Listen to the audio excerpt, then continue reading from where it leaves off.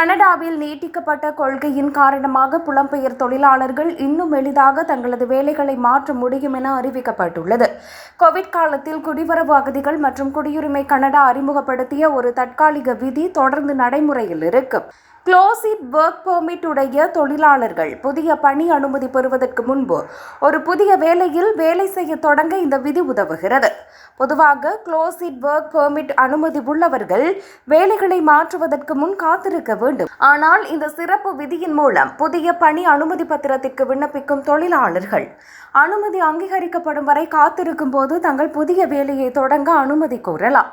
தகுதி பெற தொழிலாளர்கள் சில நிபந்தனைகளை பூர்த்தி செய்ய வேண்டும். அவர்கள் செல்லுபடியாகும் தற்காலிக அந்தஸ்துடன் கனடாவில் இருக்க வேண்டும்.